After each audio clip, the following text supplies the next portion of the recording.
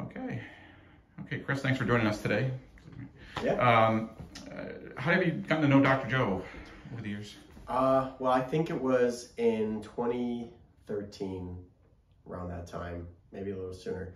I was working at a job and I hurt my neck, and I couldn't turn my head. So I went to urgent care, and when I was at urgent care, they did this and they said, okay, well, you can have chiropractic or you can have what's the other one? Physical therapy.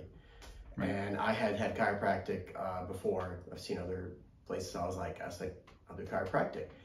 And I remember it was a Friday, and I remember they gave me the number, and I called them, and they said, it was late on a Friday, and they said, I don't know if we can get you in. I was like, oh, I said, please. You have to. I was in so much pain. Like I said, I couldn't turn my head.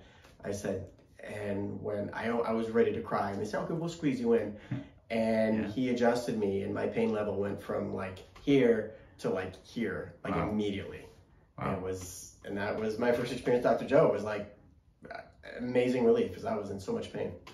That's awesome. Yeah. You got the right touch. Yeah, definitely. Yeah, and you've kept up with it since in other ways. Yeah. I keep up. You know, well, I have a chronic issue with that, but even so, just for health practices, you know, just to keep everything moving. I got my wife to come in. Sometimes she's a little more hesitant, but she's come in, and even got my daughter in here who's now doing athletics.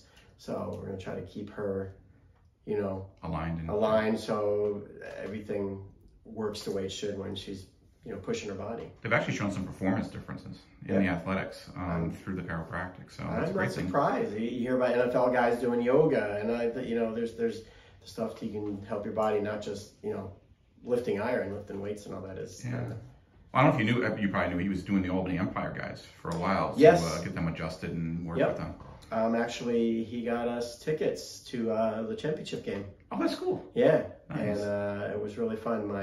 So it was me, my wife, my daughter, and my wife's parents, and we had a great old time. So yeah. That's awesome. Yeah, I went to at different points during the last couple of years. Yeah, I know he had some pretty big guys he was adjusting there. It was interesting. Yeah. He was he was going at it for a while there.